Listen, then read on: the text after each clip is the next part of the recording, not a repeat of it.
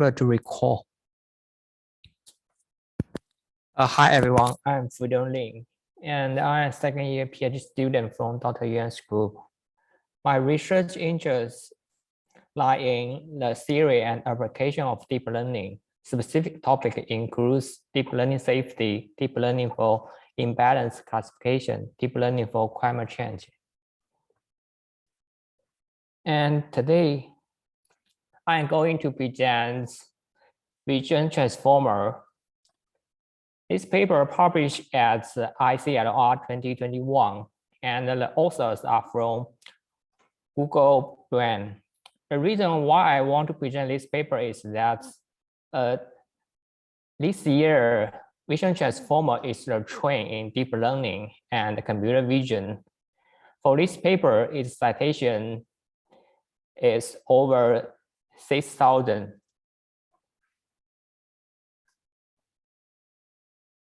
Before this paper, CNN had been the de facto architecture for computer vision, but transformers are very popular in natural language and scale very well. And in deep learning, we always say the bigger, the better. So in recent years, some research started trying to apply transformer to computer vision tasks.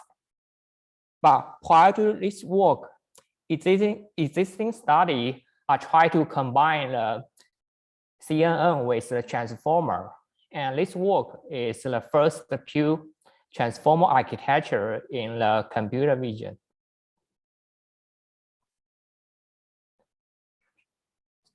One of the major limitations of big models is that big models are very sensitive to overfitting. And in this case, transfer learning is the key to adjust this limitation.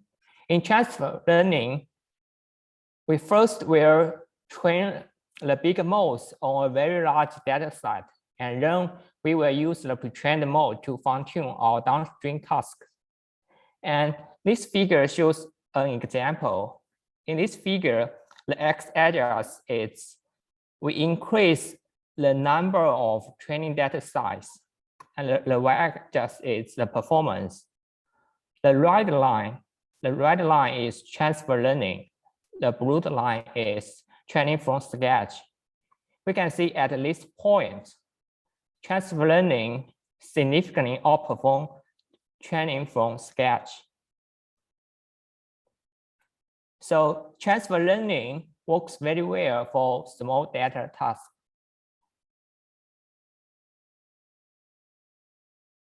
And also transfer learning benefits from scale. In here, the scale means both the size of the model size and the training data size. In this figure, we have an example. In here, the x-axis, we increase the pre-training data size. And these colorful dots, the size of these colorful dots indicates the scale of model size. Like in here, this blue one, we use the for ResNet 152. In here, the smaller one, we just use one ResNet 15.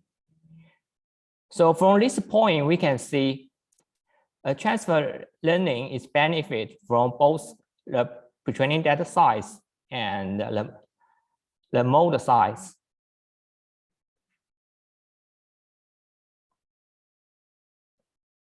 And this is the architecture of vision transformer.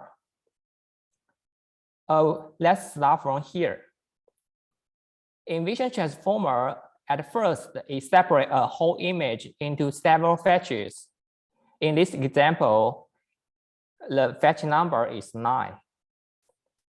And then the fetches are fed into linear projection layer so that we can get the fetch embeddings for each fetches. For example, in here, the purple one is the fetch embedding for this one. And also, it also adds a learnable class embeddings in here to capture the global representation of this image.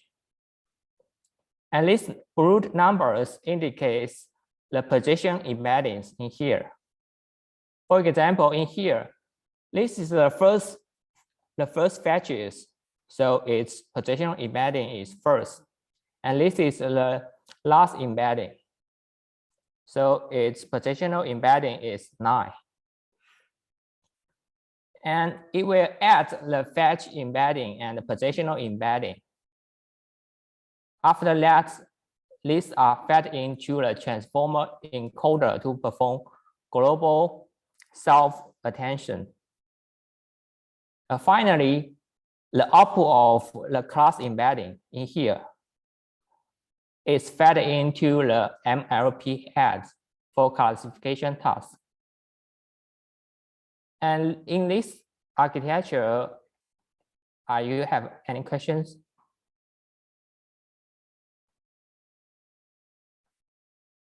Okay, if now I'm beginning.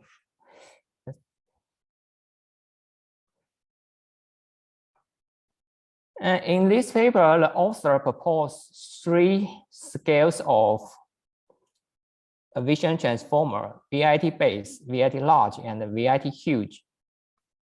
And in the next slides, let's give a notation example.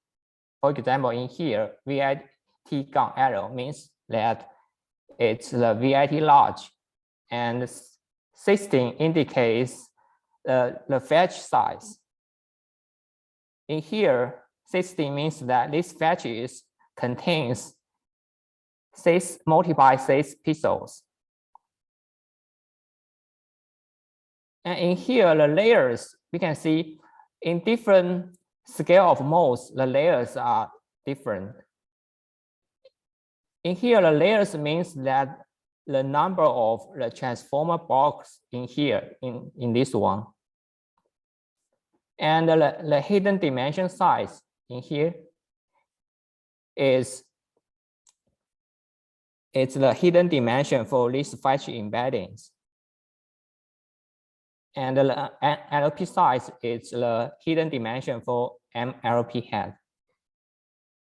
Also, the heads, the number of heads is because in vision transformer, we perform multi-head self-attention. So this column indicates the number of heads in self-attention. So the last row indicates the number of parameters.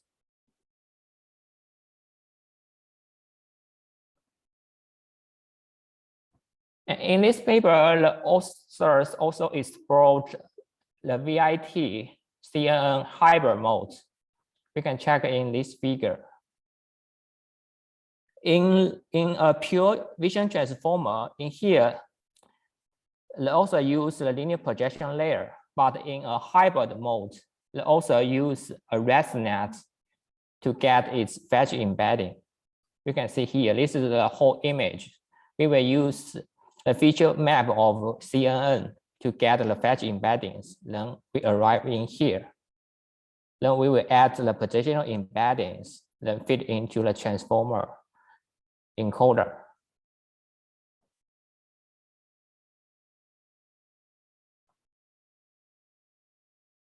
Okay, now let's see the experiment part. In here, ViT is a CNN baseline. We can simply regard ViT as it combines several with ResNets. For example, we can combine like 4 ResNet 15s to arrive at a very big mode. And in this figure, the x-axis increase the pre-training data set size. In here, this is ImageNet 1K. 1K means that its category is 1000. This is ImageNet 21K. And for ImageNet 1K, its training data is around 1 million. This one is 40 million, and this one is 300 million. And in this figure, the grade score is the ViT. It have two different sizes. And the colorful dots is the ViT in this paper. In here, different size indicate the mode size. Like in here, the bigger one is ViT huge. And for the ViT, it also has two different sizes. This one is smaller. So first, we can check the performance on ImageNet. We can see ViT, this one ViT outperforms ViT. But on the larger data set, like ImageNet 21K, these two methods achieve similar performance. We can check these points, they are overlap. And at the biggest data sets, we can check this blue dot, it outperforms ViT. So from this figure, we can conclude that ViT tends to overfit on ImageNet, but it's much better on large data set.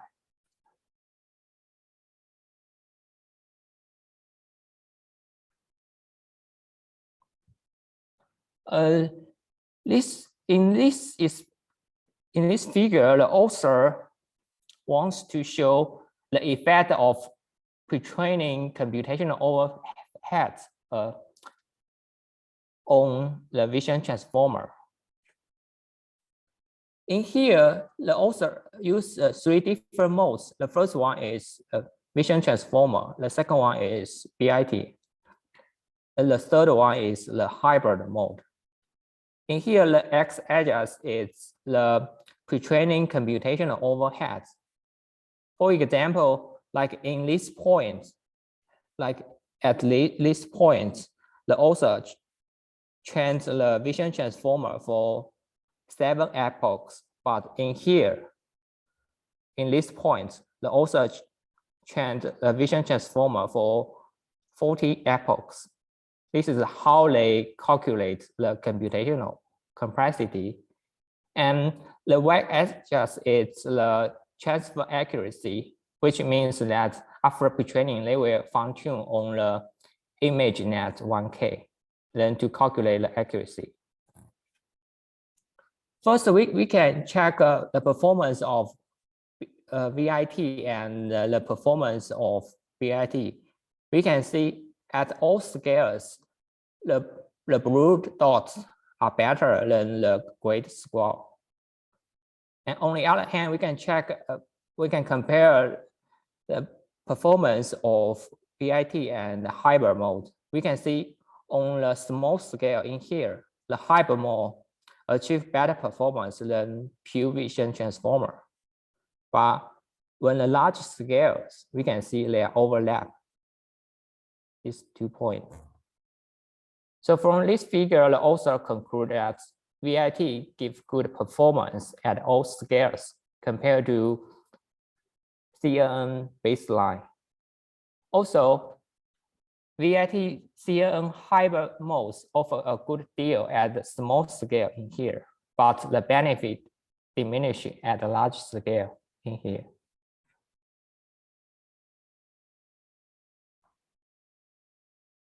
And in this figure, the authors compare vision transformer with the 2 CNN baselines. In here, this noisy student is a semi-supervised pre-training. And here, ViT large is a supervised pre-training. The last row in here is the computational complexity. The author calculates the number of training days on one TPU V3 core. And this column, from this column, we can see ViT huge with both the state of the art and achieve while being 4 times cheaper to pre-train. Like in here, it's just 2.5K. But for the baseline is around 10K. And also, when use a small mode, ViT large matches the state of the art, which means that the performance of ViT large is similar to this one ViT, while being like 14 times cheaper than the baseline.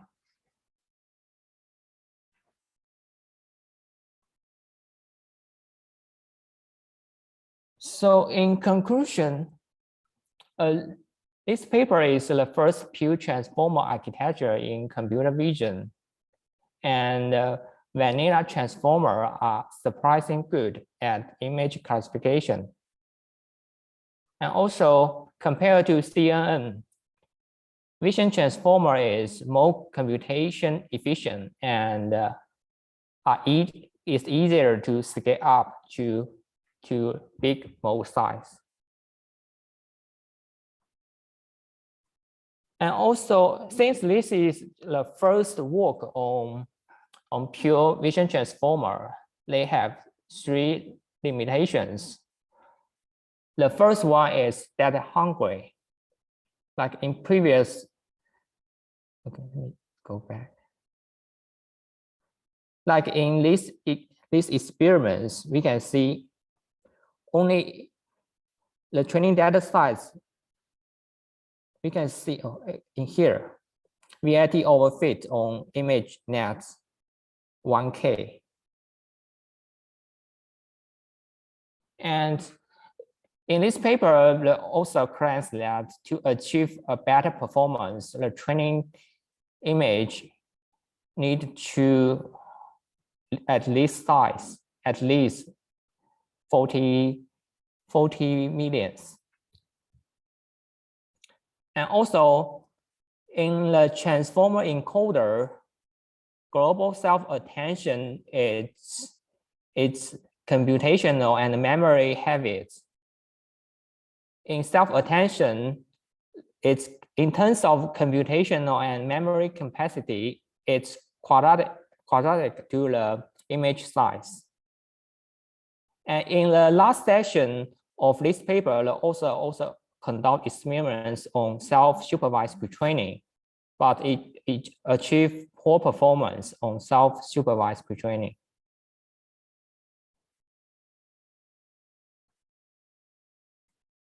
And to address these three limitations, there are some works to propose some solutions. In here, the first one is DEIT. It adjusts the data hungry limitations. In this work, we pre-trained the ViT, the vision transformer, on the image net 1K. We can achieve a very good performance. And this paper is published at ICLR 2021. And this work adjusts the quadratic complexity of global self-attention. And this is the ICCV 2021 best paper.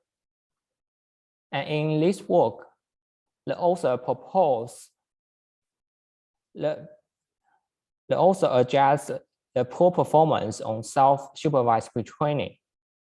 And this it's the CVPR 2022 best paper nominee. Okay, any questions in here?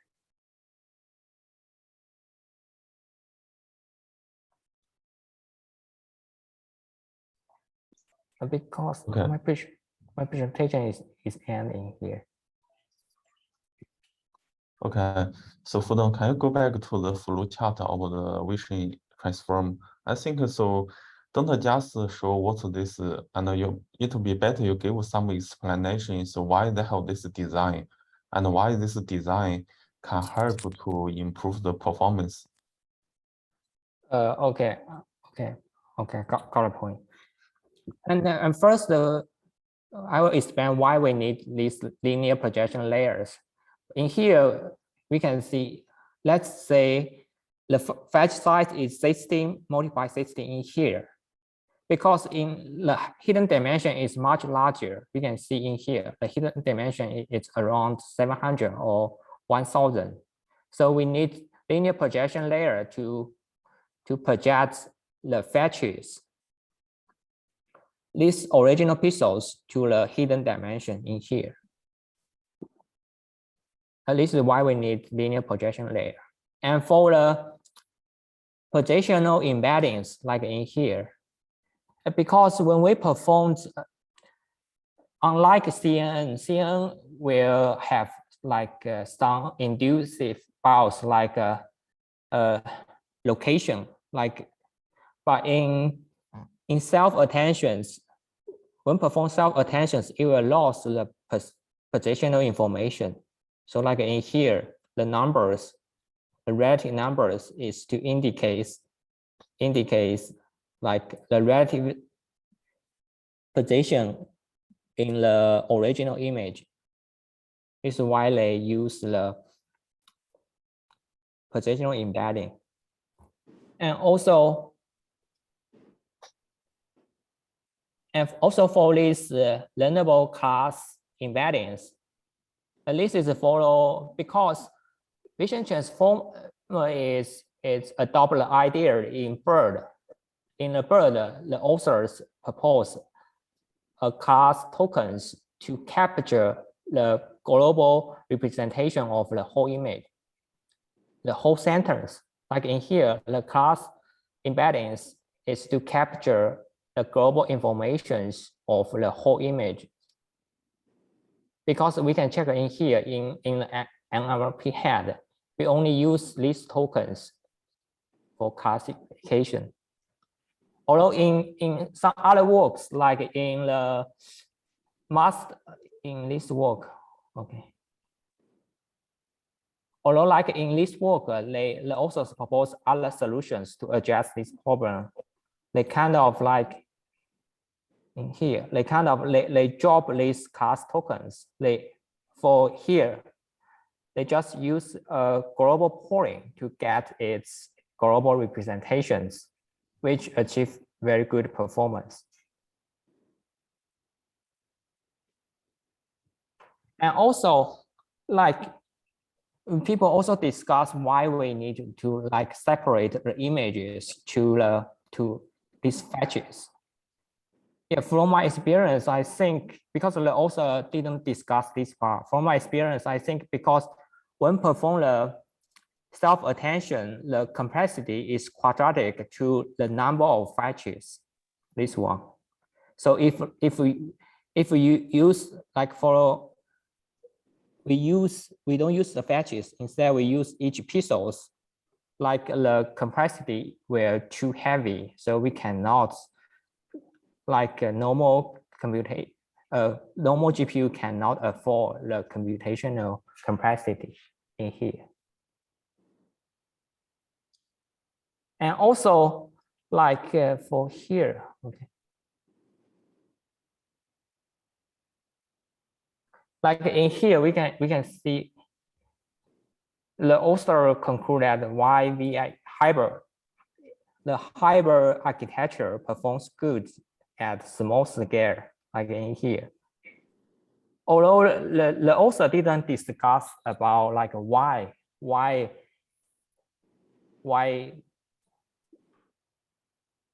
is perform good, but like I also follow up like other works, they talk about like when we use the ResNet to extract its fetch embeddings, it will contain the local information, the positional embeddings. So this is why this may be the reasons why hybrid mode perform good when the computational complexity is at small scales. Fudong, I have a question. So okay. For those general like CNN models, usually they will have like different channels to obtain data from different channels of the images, right?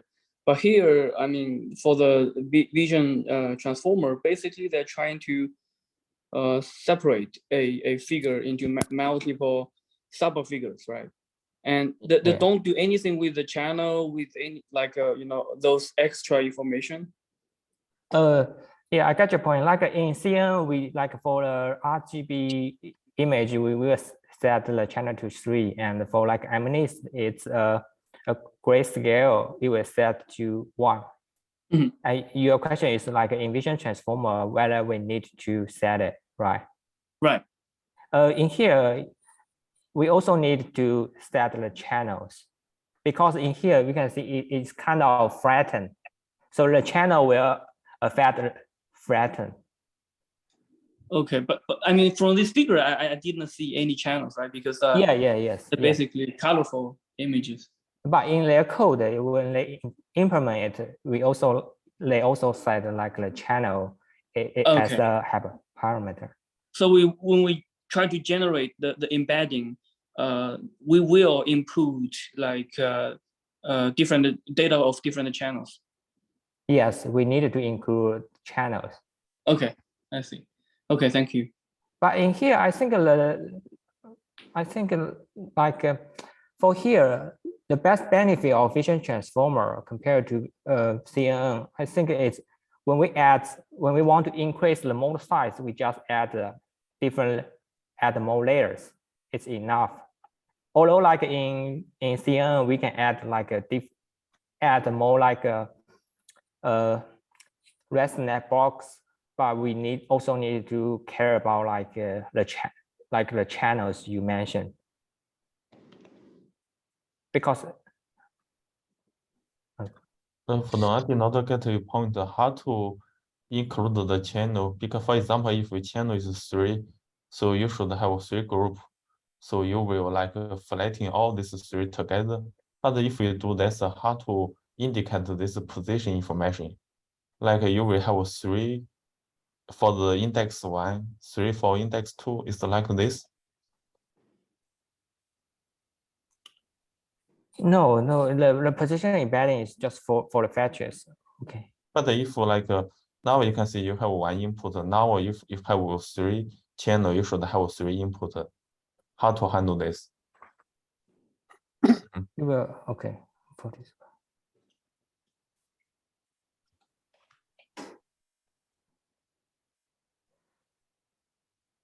Okay, for list parts in here. Okay.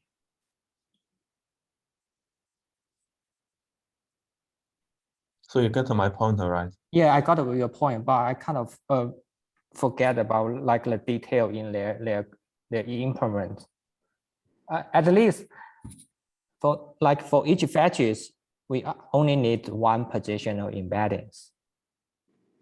Like for their code, because I forget about the details, they haven't mentioned in the paper. I have to check their code. Like in their code, yeah, I don't have like maybe it's kind of like flatten. They will flatten the whole image, flatten the whole channels. I forget the detail. I need to check the implementations, then can correctly answer this question. Okay. Yeah, not maybe we need to know the exact solution. So after you check that, I think after the meeting, you check the solution and then send the email to us to let Okay, all the okay, okay. I will do it. Oh, I have another question. So I'm still trying to compare this transformer with CNN, right? In CNN we have like we have the kernel. We're trying to move the kernel like a one step to another step, right? So yeah, compared to this one, we just directly separate the figure into 9 like partitions, and the partition and another partition does not have any overlap, right? But yes. In the CNN we have the kernel. When we're moving the kernel, it can like have the knowledge of like neighbor partitions, right? Yes. So will this kind of separation in the vision transformer lead to some, problem? For example, if I have a pattern in the middle of the, or in the corner of the figure, right? When you're trying to separate the figure into these small partitions, it may destroy this pattern, right? Yes.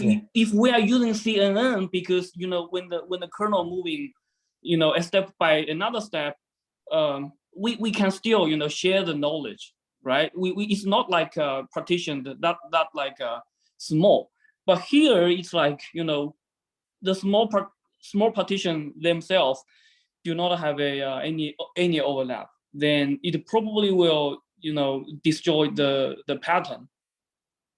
Yes, I got your point. Like and have in the experiments, do they have any like a salient detection? So using some salient analysis to show when they recognize the object in the image, what is the most important part for the model to make this decision, to make this classification? Oh, okay. First, I just I think this is a very, very good question. Like in here, yes, in CNN we have kernels and we can set a stride. So like like each stride we will contain some overlap informations. Like in here, we separate it into the individual fetches. It will lose this kind of information. And this is why we need like a positional embeddings in here. It's kind of to indicate the relative positions. Like in here, this is first, this is two, this is third. And in the paper, the author, because this is when we see these fetches, we will like intuitive ideas. We will use like a 2-dimension positional embeddings, right? Like this one, we 1 and this one is the this one is the 3. This kind of 2-dimension positional embeddings will work better. And in this paper, the author conducted experiments to discuss this information, but it turned out that this 1-dimension positional embeddings works better. Like a 2-dimensional positional embeddings, although like intuitively, it will like indicate more potential information, but its performance is worse than the 1-dimensional positional embedding.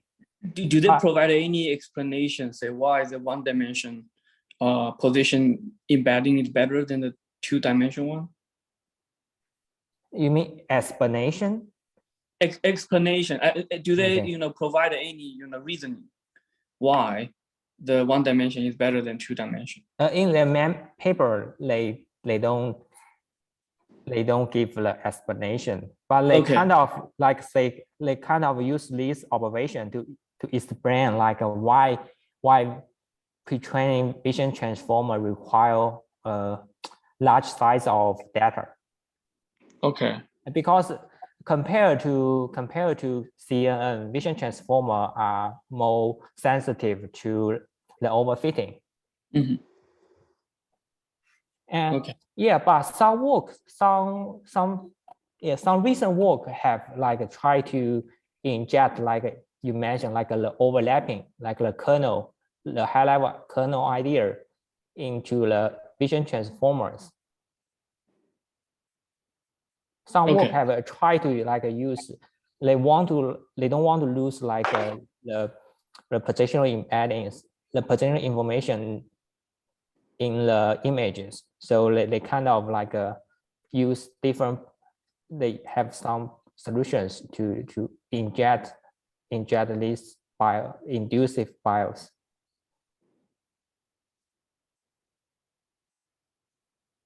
Okay. Okay. Do they have any like a salient detection to explain how the transformer, makes the classification? Okay.